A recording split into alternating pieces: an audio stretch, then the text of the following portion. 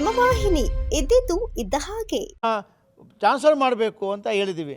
ಆದರೆ D C ಅವರು ಆಯಿತು ನಾವು ಚುನಾವಣಾಧಿಕಾರಿ ಬರಿತೀವಿ ಅಂತ ಹೇಳಿದ್ರೆ ಇದುವರೆಗೆ ಆಗಿಲ್ಲ. ನಾವು ಕಾಯ್ತಾ ಇದ್ದೀವಿ.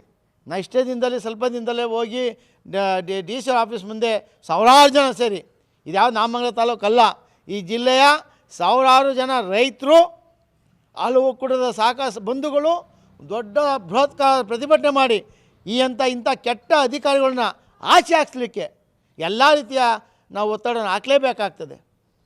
ಕೆಲವೊಂದು ಕಡೆ ಕಾಂಗ್ರೆಸ್ ಸರ್ಕಾರ ಅಧಿಕಾರಿಗಳ ಮೂಲಕ ಈ ರೀತಿ ಒತ್ತಡ ತಂತ್ರ ಮಾಡ್ತಿದೆಯಾ ಸರ್? ಅಧಿಕಾರಿಗಳ ಮೂಲಕ ಅಂತಲ್ಲ ಸರ್, ಅಧಿಕಾರಿಗಳು ಕಾಂಗ್ರೆಸ್ ಏಜೆಂಟ್ಗಳಾಗ್ಬಿಟ್ಟಾರೆ ಸರ್. ಒತ್ತಡ ಪ್ರಶ್ನೆ ಅಲ್ಲ, ಅಧಿಕಾರಿಗಳು ಕಾಂಗ್ರೆಸ್ನ ಏಜೆಂಟ್ರ ಥರ ಕುಂತ್ಕೊಂಡು ಕೆಲಸ ಮಾಡ್ತವ್ರೆ.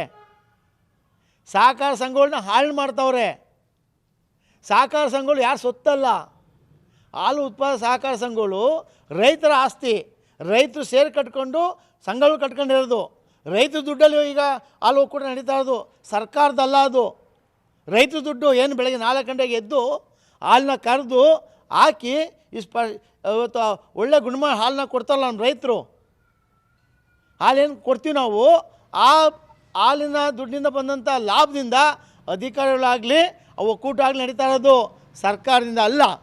ಸರ್ಕಾರ ಇಂಥ ಒಕ್ಕೂಟದ ಮೇಲೆ ಯಾವುದೇ ಕಾರಣಕ್ಕೆ ಒತ್ತಡ ಏರಬಾರ್ದು. ಯಾವ ಪ್ರತಿಭಟನೆ ಮಾಡ್ತೀವಿ? ನಾವು ಈಗ ಆಲ್ರೆಡಿ ಡಿ ಸಿ ಅವ್ರಿಗೆ ಕೊಟ್ಟಿದ್ದೀವಿ, ಚುನಾವಣಾಧಿಕಾರಿಗಳು ಕೊಟ್ಟಿದ್ದೀವಿ.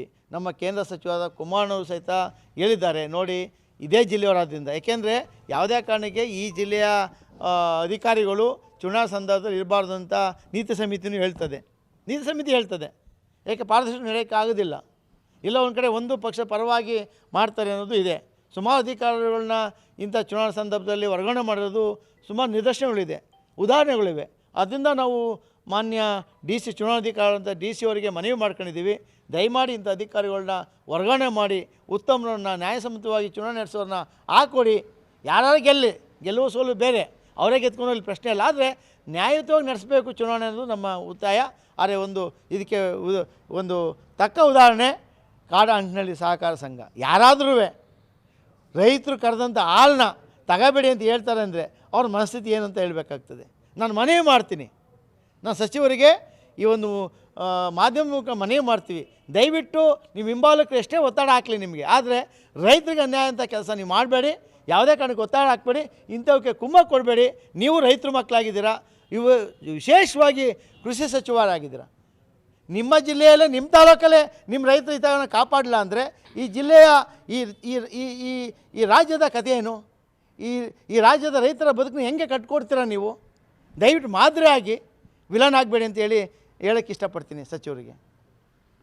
ಸುದ್ದಿ 3 ವಾಹಿನಿಯ ಹೆಚ್ಚಿನ ಮಾಹಿತಿಗಾಗಿ ಸಬ್ಸ್ಕ್ರೈಬ್ ಆಗಿ ಹಾಗೂ ಬೆಲ್ ಬಟನ್ ಒತ್ತಿ.